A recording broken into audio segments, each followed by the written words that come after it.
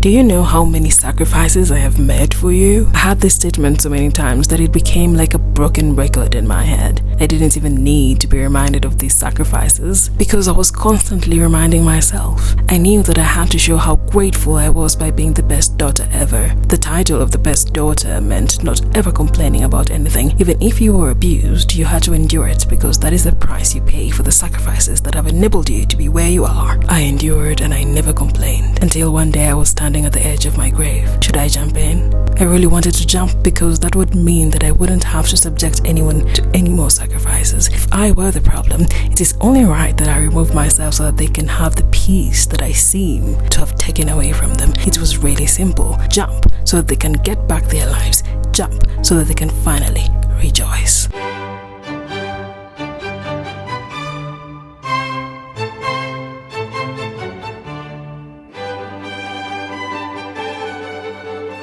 But what a shame it would be. I'd never even once in my life lived as I had wanted. I had not dared. So what a shame to dance at the foot of my grave without giving myself a chance to write my own story. What a shame it would be, not just to me, but to the creator that saw it fit to give my soul this body to experience life as a human being. It would be a shame. That's how I decided to write my own life. And it would start with being a retired firstborn daughter.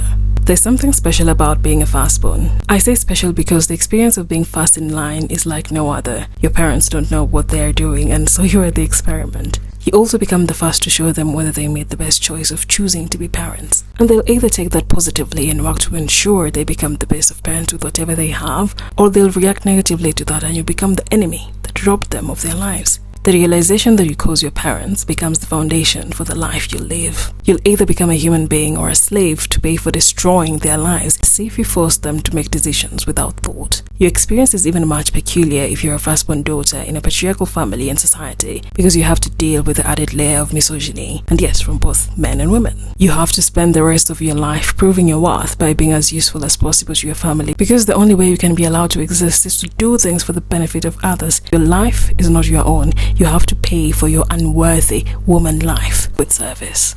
You become a mother to your siblings, a deputy spouse to your parents. Being a child is a dream that you'll always hear others talking about. It's something you can never relate to. At 10, you'll feel more comfortable speaking with 30-year-olds because those your age are too childish for you. When you complete your studies as the overachiever you are trained to be, your focus should be finding the jobs that pay the most amount of money, because you have to dedicate the rest of your life to make your family comfortable. Forget your dreams. Forget that you are entitled to a life of your own. You should be grateful that they supported an unworthy girl life like yours, and so you must give back everything you owe, your life, to your family. When you're brought up to think that the only way you are considered worthy of being called a human being is if you do things that make others happy, you become an empty shell of yourself that is always seeking validation from other people. You also become a massive people pleaser, and from the outside this looks harmless, but it looks like being the employee that never says no. This leads you to burnout. It looks like getting into relationships with the first person that shows you any semblance of kindness or compassion because you're used to being neglected. This is an easy way of finding yourself in an abusive environment, but staying because you believe they are the only person that sees you. I have recently seen a phenomenon called the eldest daughter syndrome going around on social media, and this speaks to the firstborn daughter experience, as well as other eldest daughters despite their birth order. Turns out that being born a girl is permission to make you the donkey of the family. The parentification of children is something that has been normalized in many societies, but it's interesting how people don't want to deal with the consequences of parentifying children. Parents want to be victims so that they cannot be held responsible for their horrible parenting choices. Raising a child isn't easy.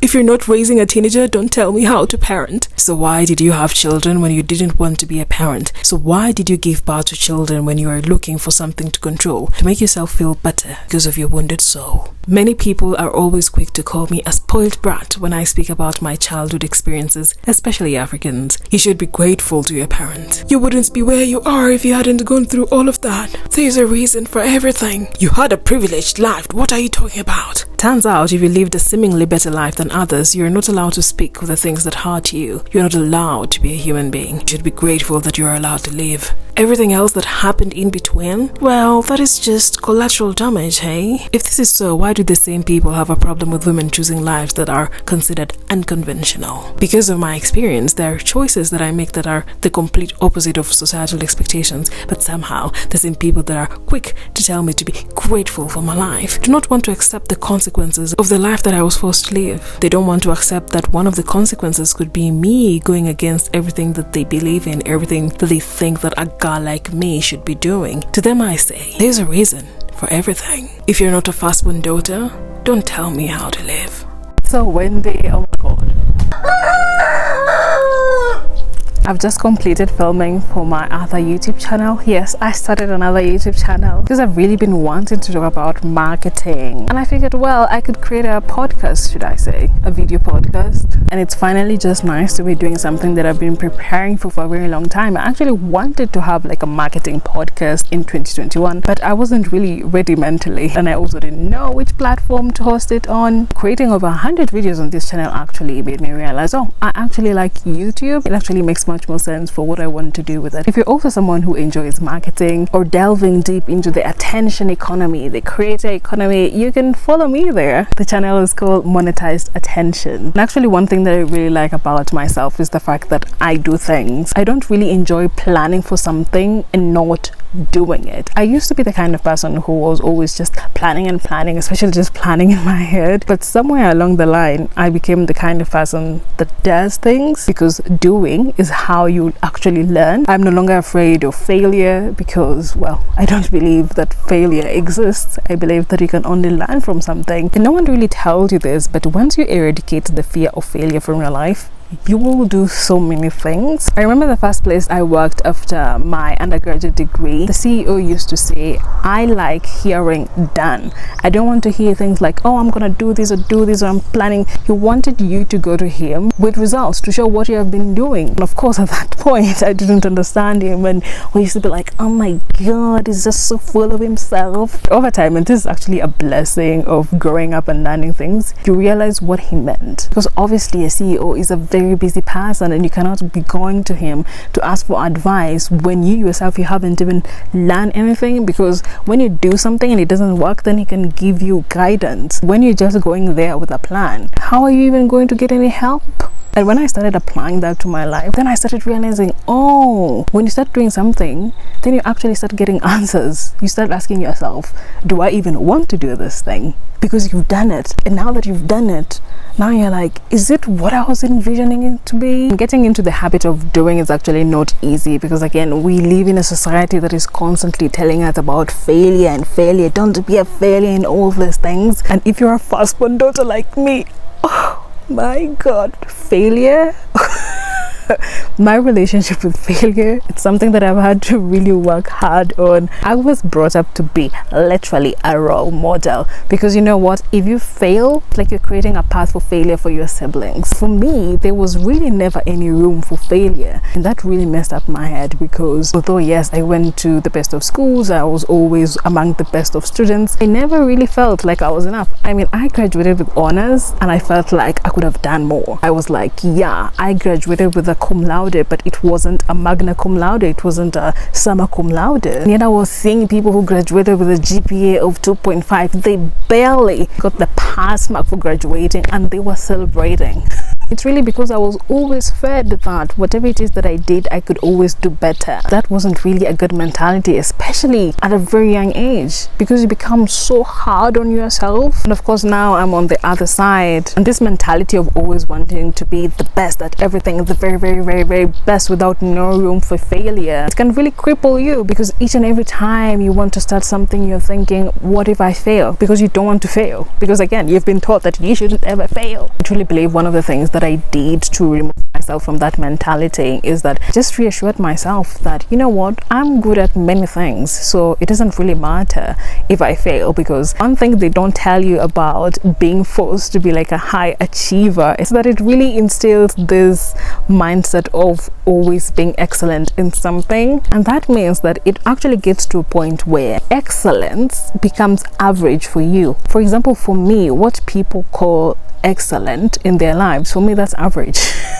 Because I understand that, it essentially means that when I set up to do something, even if I fail, quote unquote, I am still better than a lot of people if I decide to compare myself. But well, I don't care about comparing myself with other people. The moment I realized that how I see excellence is different from other people, then it became easier for me to do things, because I was like, yeah, I know I'm gonna be good at it because of my work ethic, and also because I'm a multi-passionate person, and this means that I'm very curious about different things. I can always apply many different things even in a new industry, because I'm able to identify the similarities in different industries and find a way of bringing all that together to create something new. That is my superpower. And the moment I got to know this about myself, I was like, well, I can do anything that I want. And now anytime I'm thinking of doing something, I just do it, because I believe in myself first and foremost. And also because of this high pressure that I've gone through in life, that forced me to be very good, not only in school but also outside school. I have a series of achievements that I can always look back on. If I feel like I can't do it, I can always remind myself that, you know what, you've done it in the past and you've done it exceedingly well. So there's really no excuse for you to not want to do something. So I'm really glad with where I'm at, especially mentally,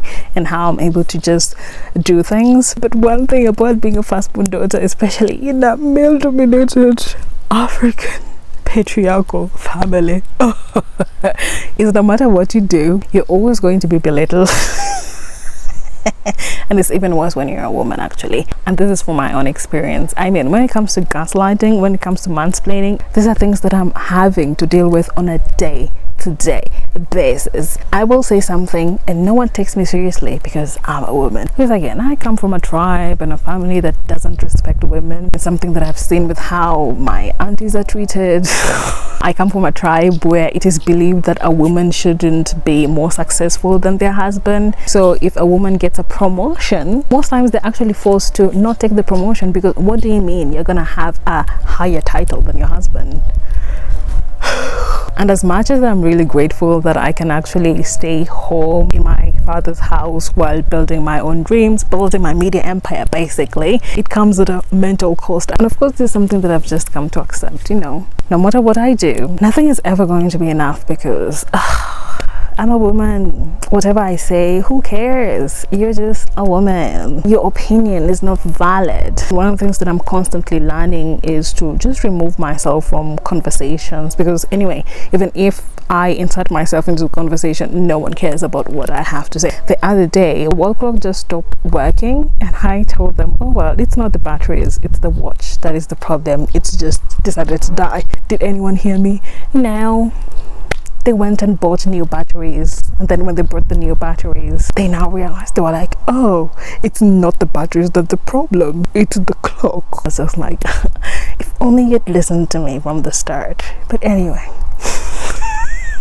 and this is a normal life for me. I hope the same way that they're treating me now, once I've become successful by my own terms, I hope they remember that I don't exist. I hope they remember to continue demeaning me. But of course, we know that's not gonna happen. I'm too forgiving.